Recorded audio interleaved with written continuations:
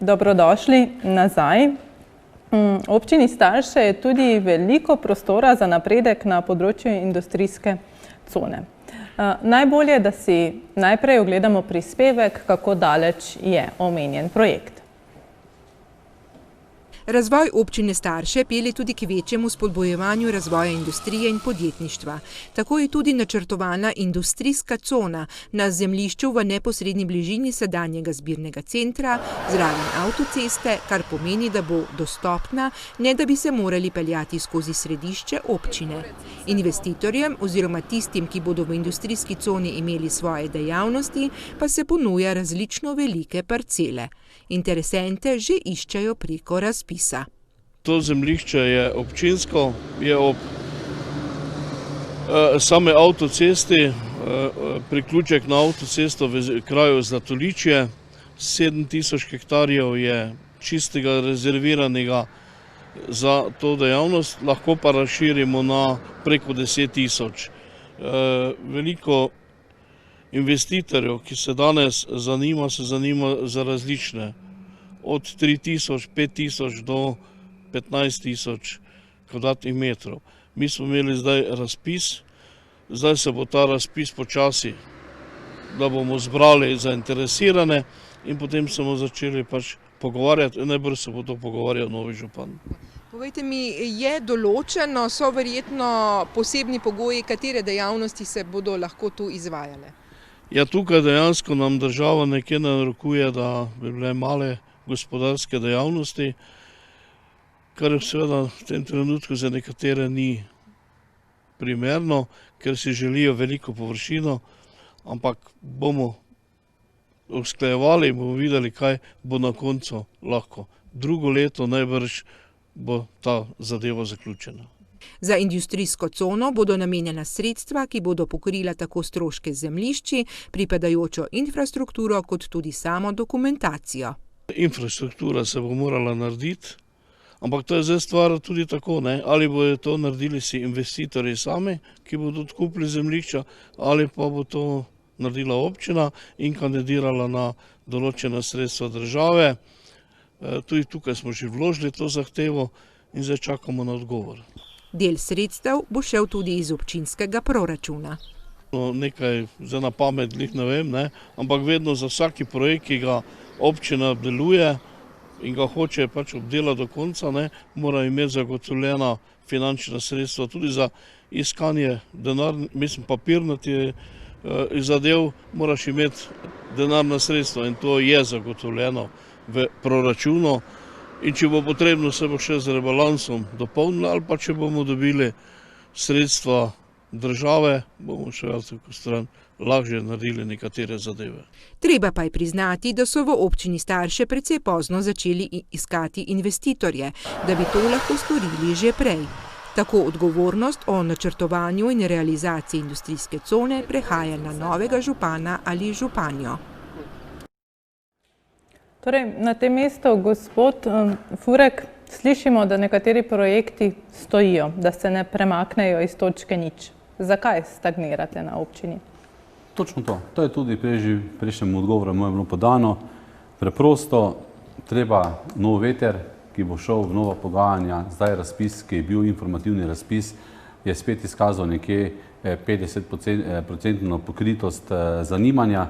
Torej, to je osnova. Mi s poslovno obrtno cono, če ne bomo tega zaživeli, če ne bomo tega plasirali na trg, se več sploh ne moramo pogovarjati o bilo katerem projektu, ki ga lahko v naši občini peljemo. In kako so se peljale zadeve za nazaj, ne bom komentiral, preprosto bo to ena odgovornost in tudi preizkušnja novemu županu, kolikor bo želel, da bo lahko občina delala. Zdaj se tudi kot podžupan verjetno neke naloge oziroma soodločanje so vendar bile tudi vaše. Omenjali ste svež veter. Ja, to je tudi, kar mene žene, za kar sem kandidiral, se pravi odločnost, da gremo v zadevo realizirati. Ampak svež veter je ponavadi nekdo, ki ni že vpet v politiko, naprimer 2 leti ali pa prejšnje mandate ali pa kakorkoli. Vi ste zdaj sebe pojmovali kot svež veter ali? Za prihodnost zagotovo. Hvala. Zdaj se pravičujem. Ja, izvolite. Zdaj vemo, kako je bilo, nismo mogli delovati, tudi v tem času, ko sem bil imenovan za podžupana, so bile zadeve preprosto take, da se ni moglo delati. Zakaj ne? Ni se moglo delati. Preprosto Zakaj? vam povem, ni se moglo delati, zato ker je Preslaba bilo toliko komunikacija, napetosti, neposlušanje, kaj je problem? Slaba komunikacija, zelo slaba klima znotraj občinskih svetnikov, tudi župan, ki bo prišel, mora vedeti, da bo prišel v obstoječi občinski svet in med občinskimi svetniki bo treba najti novo pot, treba bo najti dogovor, pozabiti vse zamere, ponuditi roko drugemu in iti v temeljito, aktivno reševanje. Omenjate slabo klimo. Pot za nazaj več ne obstaja, ker ni prinesla nobenega rezultata. Omenjate slabo klimo, pa vendar kdorkoli izmed vas bo izvoljen očitno v to slabo klimo. Kako boste delovali s temi svetniki? Preprosto tisti temelji, ki so bili kamen spotike, o tem več ne moramo govoriti. Torej, ponuditi roko, Nismo niti govorili o tem, tako da. Prosim? Nismo niti govorili, kaj bi bil kamen spotike. Ne vem. Niste govorili, ampak javnost je to splošno znano. Velja. Hvala lepa. Gospod Greifhoner, kako iz omenjenega narediti uspešno poslovno zgodbo? Je prepozno? Ne gledam nazaj, gledam samo naprej. Sigurno je projekt industrijske cone ta, ki lahko v najkrajšem možnem času prinese občini določene prihodke, ki jih nujno potrebujemo za ostale projekte. Zato je samo potrebno na pameten način pristopiti in jo ekonomsko čim boljše stržiti. Lega je fenomenalna ob avtocesti, jaz mislim, da pravni subjekti, da bo interes zelo velik, zato lahko tudi pričakujemo velik izplen. Kaj pa bi bil vaš konkreten plan za to industrijsko cono? Kako bi potekli postopki? Ja, vsekakor je potrebno ponuditi na trgu, primerno ponuditi na trgu. Zdaj so bile že nekatere aktivnosti celo izvedene, zbirali so se nezavezujoče ponudbe, mislim, da je prišlo 5 ponudb za cirka 3,5 hektarje, to pomeni za skoraj polovico te cone. Zdaj teh ponudb sicer konkretno ne poznam, mislim, da je potrebno s tem nadaljevati, ampak to je lahko, mislim, da v 12 mesecih je lahko ta industrijska cona stržena. Hvala. Gospod Majcen, kot smo slišali, je v občini tudi na področju malih gospodarskih dejavnosti veliko prostora za napredek. To predstavlja pomemben segment tudi na državni ravni.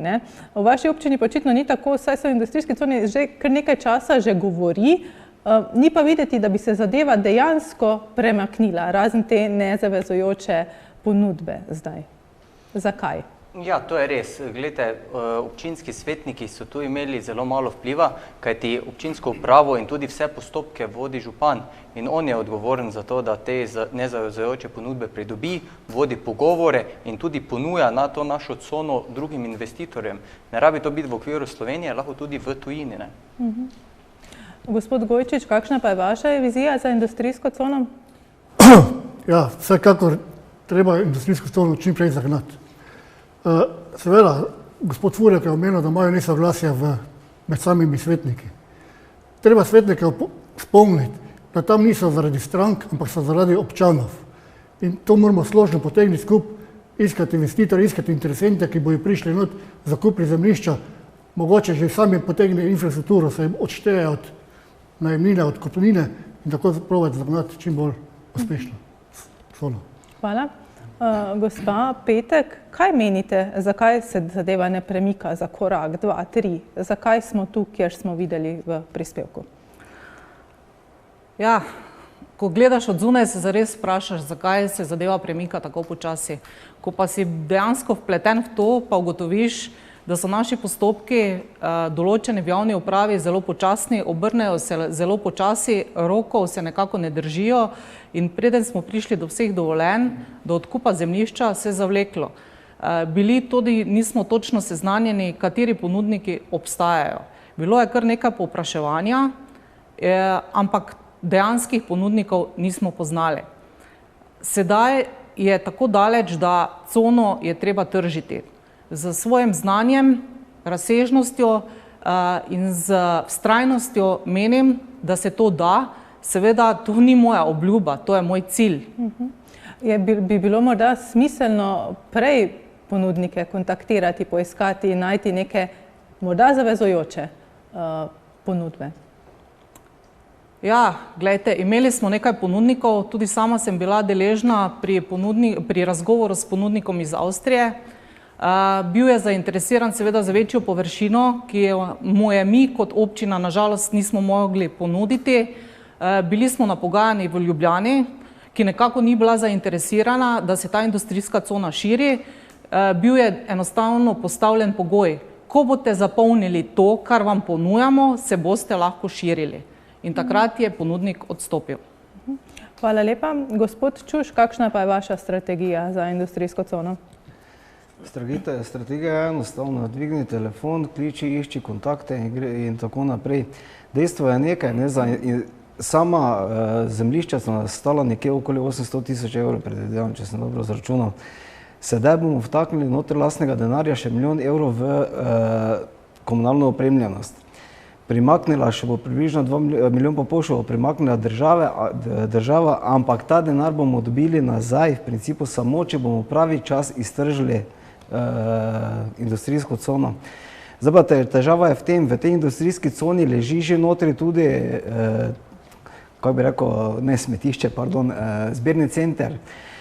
In ker je pogojeno procentualno, mi v principu moramo potem v roku 2 let, od zdaj, kaj se bo zadeve štartale, če se vrlo spomnim, zapolniti celo cono. Parcele, velikost parcel pa je neugodna, moramo odkrito povedati, da je zelo neugodna. Tako da občina ima sredstva in bo potem tudi imela prihodke, samo to je treba spraviti promet. Hvala lepa. Gospod Bandur, verjetno delite mnenje, da je industrijska cona za občino Starše pomembna. Občinska cona v občini Starše, podjetniško obrtna cona, je izredno pomembna. Sicer zamujamo debelih 10 let z otvoritvijo, danes bi jo morali najmanj drugič širiti. Zakaj je do tega prišlo? Pustimo, gremo naprej. Če bojo mi volivke in volivci izkazali zaupanje in podelili mandat, ne bom sedel na občini, šel bom do potencialnih investitorjev, do uspešnih podjetnikov, kajti moramo se zavedati, da je potrebno interes postaviti, da bojo prišli k nam takšni podjetniki, ki imajo ne delovno intenzivne panoge, ampak z dodano vrednostjo, da bojo tudi zaposleni imeli korektno plačo, ker se bo lahko tudi s tem kraj razvijal, ker tisti zaposleni so potem potencialni kupci parcel, graditelji v naši občini in njihovi otroci bojo hodili k nam v šolo. Torej, v tistem momentu, ko bi prevzel funkcijo, se bi k temu posvetil v iskanju potencialnih kupcev. Hvala lepa. S tem to tematiko zaključujemo. Gospod Majcen, izvolite. Ja, dal bi samo repliko gospodu Fureku pa gospodu Gojčiču, da glede občinskega sveta, da je bila slaba klima, to nekako drži, ampak moramo se zavedati, v občinski svet skoraj v isti sestavi je 6 let normalno funkcioniral, vse je delovalo, ampak ko se je ta slaba klima začela pojavljati tudi pri občanih, je pa se moglo tudi izkazati to na občinskem svetu. Sam ne vidim nekih problemov, da bi, če bi bil izvoljen, da ne bi mogel sodelovati s trenutnim občinskim svetom. Verjamem pa, da na naslednjih rednih volitvah se bo to sigurno spremenilo in bodo prišli novi, mladi ljudje tudi tam. Gospod Furek, izvolite najprej vi, pa spet gospod Bandur. Ja. Konkretno krivca ne moramo reči. Vemo, zakaj zadeve stojijo. Tudi sam pravim, da verjamem, da lahko z obstoječim občinskim svetom, s kolegi in kolegicami dobro sodelujem v razvoj kraja in tudi v razvoj in prodajo poslovno-obrtne cone. Tukaj bo župan postavljen na nekem preizkusu, zato ker ga čaka na tem področju ogromno dela. Ogromno dela, ogromno povezovanja, ogromno pogovorov in verjamem, da želim, poznam to pot in vem, da bom to pot resničil. Hvala lepa, gospod Bandur. Če bom izvoljen za župana, bomo seje občinskega sveta snemali in javno predvajali od začetka pa do konca. In takrat bojo ljudje imeli možnost pogleda in se bojo stvari malo bolj razjasnile. In ne bo slabe klime, ne bo ničesar. Vse, če jim bo župan predstavil, vse, kaj se dogaja, potencialni investitorji se bojo prišli predstaviti. To je zdaj bilo isto pri domu upokojencev, medgeneracijskem centru, isto se dogaja v obrtno-podjetniški coni. In če bi to sodelovanje, to predstavitve bile, do tega ne bi prihajalo. Hvala, 30 sekund je mimo. Gospod Čuš, izvolite še vi. Če dovolite, gospod Bandur, tudi sedaj so bile vse seje da tako rečem, v celoti predvajane, niso bile v neposrednem prenosu. Jaz si ne znam predstavljati, da še občina nosi strošek tega, da ima direktne prenose, da tako rečem. Nam bo zadosti bo, da bodo ljudje samo v ustreznem roku dobili vso informacijo, ki bomo jo svetniki podali. Na kratko bom rekel, svetniki niso bili problem, nikoli. Problem je bila sama komunikacija. Zaradi tega, ker ne moremo dobiti predloga na mizo, take it or leave it varianto, se opravičujem, vzame ali pusti varianto. In stvari, ki niso bile prej narejene, recimo odbori, ki so bile ustanovljeni v občini in niso sploh prišli, razdelali stvari, se opravičujem, tu je bilo problem. Hvala. Zaključujemo omenjeno tematiko. Uršula, vprašanj na Facebooku sem pogledala, da se je nabralo kar nekaj. Izvoli s tem, da prosimo, da ste kratki in jedrnati. Tako je, izbrala sem 3 vprašanja, temu primerno tudi vsa so za vse kandidate in temu primerno res prosim maksimalno 30 sekund. Prvo vprašanje postavlja Blaž Korotaj in sicer, kakšna bo po vašem mnenju cena sobe v domu za ostarele? Ali nameravate ceno prilagoditi prihodkom občanov ali želite, da se sobe ponujajo po tržni ceni? Pa bi začela pri vas, gospod Gojčič, pa gremo potem v drugo smer. Ja, cene so čisto odvisno, koga bomo dobili, da bo investitor, kdo bo to gradil. Če bo se povezali z domom Donic v Grinec, bojo sobe bolj socialne. Če bo to zasebno partnerstvo, bo določil cene sam. To je res, ne? Torej, kakšna bi bila vaša odločitev za eno ali za drugo? Ja, če bi bila moja odločitev, bi šel za cenejše z domom Donic v Grinec. Hvala lepa. Gospod Čuš. Kvaliteta ne sme biti vprašanje. Kvaliteta mora biti zagotovljena. Gre se samo vprašanje, kdo nosi čigave stroške. Če mi lahko naredimo dom delno iz naših stroškov, delno iz državnih stroškov, potem recimo je lahko oskrbnina tam 700-800 evrov. Če bo pa šlo vse prek koncesije, potem pa bo oskrbnina tam okoli 1100-1200 evrov. Tako, hvala lepa. Gospa Petkova, tudi vi? Seveda o ceni danes preurejeno, nesmiselno govoriti. Mislim, da smo vsi za to, da je cena nizka, da je kvaliteta primerna, odvisno pa bo, kolikor nam bo uspelo, da bomo v javnem partnerstvu to tudi zares uspeli. Tako, hvala lepa, gospod Furer. Tako popolnoma se strinjam s predhodnico. Kvaliteta ne sme prevečevati, cena ne sme prevečevati kvalitete. Dejstvo pa je, da mora občina potem tudi najti vsa sredstva, kako pomagati v primeru, da bi bila oskrba starejših zaradi cene otežena. O tem, kakšna bo pa cena, pa danes na tem mestu ne moramo govoriti, ker niti ne vemo, kako bomo ga naredili, na kateri način in je o tem brezpredmetno govoriti. Iti pa nasproti temu, da bojo starostniki koristili. Hvala lepa za vaš odgovor. Čas je potekal. Gospod Majcen, izvolite. Ja, jaz se zavzemam sam za javni dom, da bo dostopen tudi povprečnemu občanu, da ne bo samo za najbogatejše. Tako, ker v javnih domovih so cene določene, tako da recimo za normalno oskrbo 700-800 evrov, vkolikor je nepokretna oseba 1000-1100, seveda pa tudi kvaliteta ne sme biti vprašanje in verjamem, da aktualni domovi Dom Donice v Grinec ponuja to kvaliteto, ki si jo naši občani zaslužijo. Tako, hvala lepa, gospod Grajfonar, izvolite. Primarna izgradnja v okviru javne mreže, sekundarno javno-zasebno partnerstvo. Ti dve obliki omogočata občini vpliv na ceno in pa na koncu koncesionar, kjer pa smo prepuščeni trgu. Tako, hvala še gospod Bandur, izvolite. Sigurno sem za to, da izgradnjo prevzame država, nam tukaj pomaga, glede na to, da bomo pa kar zajeten kolač sofinancirali kot občina, pa da bo cena čim nižja in da bojo naši občani v prvi vrsti imeli prednost, ne da bojo na konci naši občani zopet morali odhajati v druge občine, mi bomo pa imeli dom v sredi občine. Hvala lepa. Naslednje vprašanje postavlja Ivica Klasinc. Govorimo o varni poti do šole, prav tako namenjena vsem kandidatom. Najbolj nevarna pot do šole, pravi, je v Marjeti. Ta cesta bi morala biti prioriteta vsem, tudi šolska pot v starše je neprimerna za vožnjo s kolesom, tako iz Trnič kot iz Prepol. Tako da pravi, za primerjavo učenci iz Zlatoličja in iz Loke pa imajo varno kolesarsko pot. Kako bi rešili to varne šolske poti, da bi bile po vsej občini čim boljše? Pa bi gospa Petek vi začeli. Ja, seveda želje so po varni poti. Vsak, ki ima otroka, ki ima vnuka, bilo kogar skrbi za to, tudi sam, ki skrbi za svojo varnost, da bi prihajal varno, je to zelo pomembno. Kako izpeljati, zdaj je mogoče malo več variant v teh zoženem cestnem delu. To pomeni, da je en del ceste, en del cestišča, nizki pločniki oziroma obrnjeni robniki. To se pač treba v dogovoru z ljudmi in je seveda prioriteta je normalno. Gospod Čuš, izvolite. Hvala lepa. Ja, kaj se tiče Marjete, ni debate. Cesto je treba urediti glede na možnosti. Kaj je treba storiti, ampak vsaka slučaj mora zagotavljati varno pot.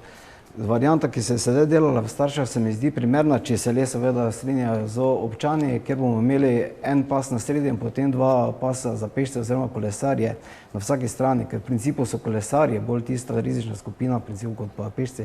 Kaj pa se tiče povezave na Starše, pa mi je intimna želja, res intimna želja, da z ureditvijo Trničkega mosta, njegovo razširitvijo, konkretno razširitvijo, tudi naredimo kolesarsko pot in to povežemo. Hvala lepa, gospod. Ja, dejstvo je, da varna pot mora biti. Cesta skozi Marjeto je kritična.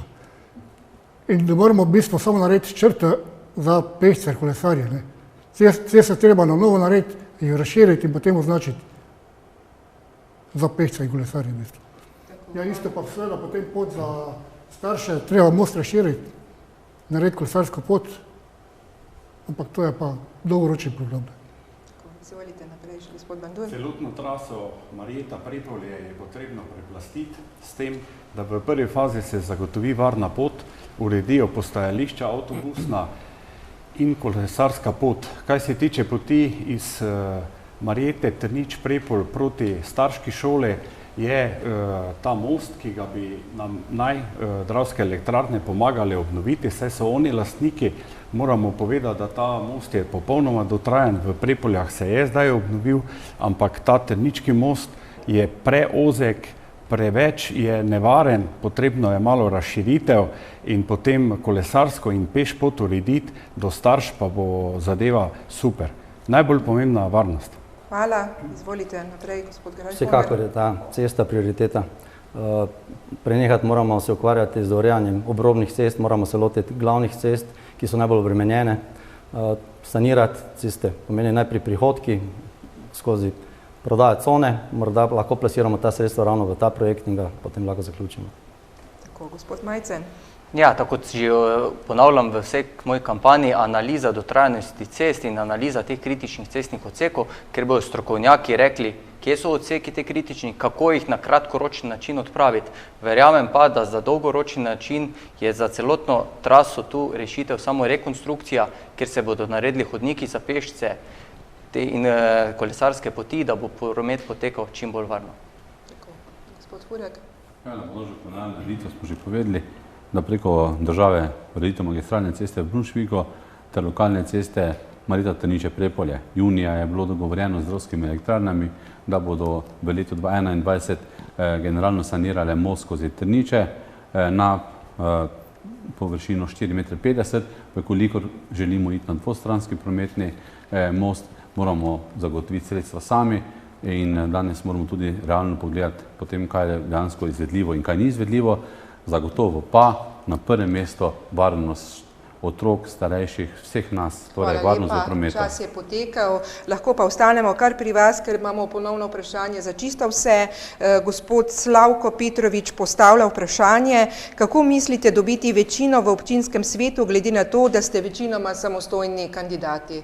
Pa lahko kar gospod vi poveste, ki ne nazadnje ki ste torej, kot pravite, še član SDS-a, pa vendar na teh volitvah nastopate kot samostojni kandidati. Tako, preprosto. Mislim, da smo zdaj občinski svetniki vsi si moramo res pogledati v oči, da smo zavezani občankam in občanom, ki so nas izvolili na ta mesta in moramo začeti delovati tvorno. Na koncu konca smo tu zdaj že trije aktivni prisotni, zagovarjamo več ali manj iste programe, pred nami je razvoj občine in moramo, naj pa ljudje to vidijo. Tisti, kateri ne bo želel sodelovati, če bom župan, bo zagotovo ponujena roka vsakemu članu in članici občinskega sveta. Tisti, kateri ne bo želel sodelovati, naj ljudje vedo, kdo ne želi. Tisti, kdo pa želi, pa bo imel možnost popolnega soodločanja in soustvarjanja boljšega jutri v naši občini. Hvala lepa, gospa Nataša Petek, izvolite. Ne vidim nobenih težav, da ne bi morala sodelovati v občinskem svetu. Občinski svet se je le v neki manjši meri spremenil. Vsi svetniki, bodoči, sedanji, pretekli me zelo dobro poznajo, za kar se odločim, to tudi speljem in zaradi tega ne vidim nobenih težav po nesodelovanju. Torej sodelovanje, skupen cilj nam je vsem. Vem, da so vsi svetniki toliko zavestni, da vejo, kaj je prioriteta naše občine. Hvala lepa, gospod Čuš. Sam sicer ne vidim tu nobenega, ne vidim težav, zaradi tega, ker mislim, da so vsi zavezani nadaljnemu razvoju občine. Bom pa spremenil, če bom župan, bom pa v vsakem slučaju spremenil eno temeljno zadevo. Pri pomembnejših zadevah, tako s investicije, kot to se bo najprej sestali poslanske skupine oziroma svetnike, da se potem lahko prijemo vsi pripravljeni na občinsko sejo oziroma se morebitni predlogi pravi čas upoštevajo pri predlogih, pri pripravi sklepa. Hvala lepa, gospod... Ja, mislim, da s tem ne bo problema. Tako ste rekel, treba jim razložiti. Tu smo zato, da služimo občanom in moramo sklepati kompromise. Vsekakor pa meni ne bo pomembno, kdo bo prišel s predlogom, kaj bomo delali, ki bomo delali, transparentnost in mislim, da bomo delali z roko v roko in da ne bo odmeni problemov. Tako, najlepša hvala. Izvolite, gospod Bandur. Kot župan jim bom predstavil vsako temo, vsaki razmislek in jih povabil k sodelovanju. Absolutno jih bom tudi pozval in prosil za njihove konkretne predloge in kako bi zadeve rešili v prid celotne občine.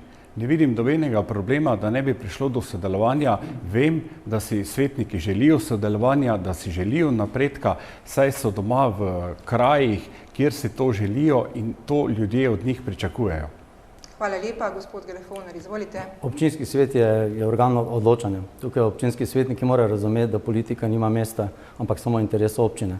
Zato ne vidim nobenih težav, kolikor bodo projekti prišli pripravljeni na občinski svet in bodo v interesu občanov, da bi bile kakšne težave. Tako, hvala. Izvolite še gospod Majcen. Ja, tukaj je zdaj res trije smo trenutni občinski svetniki, ki smo kandidati za župana, vendar za večino občinskem svetnikov jih potrebuješ 7. Sam menim, da z pogovori, s komunikacijo s svetniki lahko to dosežemo. Prav tako bi v te pogovore tudi vključil same krajevne skupnosti, ki so temeljni gradnik naše občine in vkolikor bodo svetniki videli, da projekte podpirajo tudi krajevne skupnosti in s tem občani, verjamem, da ne bo problema dobiti teh 7 glasov oziroma celo več. Tako, hvala lepa. Še eno vprašanje postavljeno in v povezavi z delovanjem župana in občinskega sveta, ne nazadnje postavlja ga Anej Lukan. Vsi kandidati razen enega obljubljajo, da bodo v 2 letih prerodili občino. Obljubljajo, da bodo že jutri začeli milijonske projekte. Kot občinski svetnik sprašujem, ali vedo, v kakšni finančni kondiciji bodo prevzeli občino. Pa bi mogoče začela z vami, gospod Grefoner. Jaz se vsekakor zavedam. Tako kot sem že prej omenil, je realnost naše občine, naš proračun pomeni samo izključno sredstva pridobljena strani države ali evropske skupnosti, lahko te projekte zaženejo. In tukaj je potrebno delati. Tako, pa gremo nazaj, naprej, gospod. Mislim, da ni problema, glede na to, da projekti že v bistvu tečejo, samo jih je potrebno izvajati. Pri industrijski coni je potrebno poiskati investitorje, pri domu upokojencev, medgeneracijskem centru isto investitorje, gradbeno dovoljenje pridobiti, pri šoli pa bomo zagotovili sredstva. Stanje je bolj kot ne povezano s tem, ali poznate finančno Absolutno stanje jo poznam, občine. tukaj imam tudi proračun in sem ga podrobno predelal. Izvolite naprej, Poznam, gospod. da je proračun zelo slabo stanje, da denarja ni, ampak kljub temu šola je projekt, ki ga treba spraviti, so že določene finančne sredstva vložene not in da teoretično treba začeti spravljati v pogone. Hvala lepa, gospod Čuš, torej finančno stanje. Ja, seveda. Tako je že prej gospod Grefoner omenil. Mi vsako leto končamo zaključni račun, nekje pri 4 milijonih zaokrožimo vrednost proračuna. Dejansko pa, če tako gledamo, mi vsako leto pa štartamo z novim najavljenim proračunom okoli 7 milijonov evrov, ampak zaradi tega, ker nam je uspeh kapitalskih naložb uresničiti, potem padajo tudi transferji in avtomatsko se potem zmanjšajo odhodke, vsako leto isto, ampak posledice pa ravno v tem, ker se projekti kot taki ne zaženejo. Hvala lepa, čas je potekal, izvolite, gospa Petek. Seveda mi je proračun zelo dobro poznan, vem, da smo omejeni sredstvi, zadani pa so neki cilji in vsak rabi neke cilje, nobeden ni dajal obljub zaradi tega, ker mi je to nesmiselno, je pa dejstvo, da je to treba speljati in slej ko prej. Koliko bo uspešno v 2 letih je odvisno od svetnikov in vseh občanov, koliko so pripravljeni sodelovati skupaj. Hvala lepa, gospod Furek, finančna kondicija stanja občine. Samo obstoječi proračun vsakoletni izvedbo vseh projektov ne omogoča. Torej, potrebno bo najti vire, potrebno bo izvesti investicijske sredstva, potrebno projekte in potrebno bo sproducirati projekte, ki jih imamo, da lahko zagotovimo boljšo stanje proračuna. To pa je primarni cilj in dolžnost, ne samo cilj, želja, ampak dolžnost župana, ki bo vodil občino. Tako, hvala lepa, gospod Majcen, zopet je beseda vaša. Ja, hvala, da se še prav spominjam, kakšno je finančne stanje občine. Občina je imela ob koncu prejšnjega leta 850 000 evrov gotovine na računu. Verjamem, da to za izvedbo vseh projektov podružnične osnovne šole, cone v Zlatoličju, rekonstrukcije cest ne bo zadoščalo, prav tako ne novi proračun, ker so investicijski sredstvi zelo omejeni, vendar me venim, da je potrebno tudi za kakšne, ne vem, cono v Zlatoličju, kjer dobimo denar nazaj, lahko tudi vzamemo kredit in s tem financiramo. Tako, najlepša hvala, čas je potekel, predajam ti besedo. Hvala lepa, naj bo to od Facebook vprašanj danes vse. Prihajamo k koncu oddaje, vsakemu dam še sklepno besedo, 30 sekund, držite se tega in začnemo iz leve proti desni pri gospodu Fureku. Spoštovane občanke in občani, marsikaj smo obljubili, marsikaj obljubljam. Stojim za svojimi besedami, vem, da nas čaka trdo delo in da nas čaka delo. In to delo bom predstavljal vam, za to delo se bom maksimalno angažiral. Na koncu koncev imam že zdaj tudi ljudi, ki mi pri tem pomagajo in verjamem, da je pred nami boljši in lepši jutri. Tako kot moj slogan glasi, skupaj naprej, tam si lahko pogledate program, lahko dosežemo svoje cilje. Hvala, gospa Petek. Zavedam se težav in da bo delo zelo naporno, vendar menim, da smo sposobni, da to nekako vseeno zmoremo in speljemo. Zaradi tega, ker želim enostavno, da se naša občina vseeno razvija. Treba je poskrbeti za podmladek, treba je poskrbeti za starejše, treba je poskrbeti, da občina gre naprej. Verjamem v našo občino, zato sem se tudi odločila, da kandidiram in poskusim svoje cilje uresničiti skupaj z vsemi ostalimi. Hvala lepa, gospod Čuš. Hvala lepa. Spoštovani, moramo se izboljšati bivanjsko okolje. Naloga župana je, da za to poskrbi z finančnimi konstrukcijami, z razpoložljivimi viri. Če lahko sosednje občine, lahko tudi mi. Zgradili bomo stanovanja. Če bo potrebno, bomo najeli tudi kredit v okviru zakonskih možnosti. V vsakem slučaju pa je potencijala več kot dovolj, pa tudi sredstvo se bodo našlo. S tem, da pa seveda bomo tudi pritisnili na državo. Hvala. Gospod Gojčič, izvolite. Verjamem, da ima naša občina potencial, da se razvija. Imam znanje, imam voljo, imam moč. Potrudil se bom, da delam najboljši moči, da projekti se ne bojo več držili, da ne bo dodatnih aneksov od začetne vsote, pa potem, da se podraži 100%. Imam samo en obraz in to sem jaz. Hvala. Gospod Bandur. Spoštovane občanke in občani občine Starše, vabim vas na volitve. Sem kandidat Aleš Bandur pod številko 2. Obkrožite me. Jaz se bom potrudil, vložil bom vso svojo energijo, delovnost, vztrajnost, znanje, saj vem, da naša občina ima priložnost, da bomo skupaj ponosni na občino. Zato je moj slogan za zdravo občino Starše po meri vsakega občana. Pridite, številka 2 je vaša. Hvala. Gospod Grajfoner. Imam življenjske izkušnje, imam strokovno znanje, zato menim, da lahko z svojim delovanjem na županskem mestu pripomorem k boljšemu razvoju naše občine.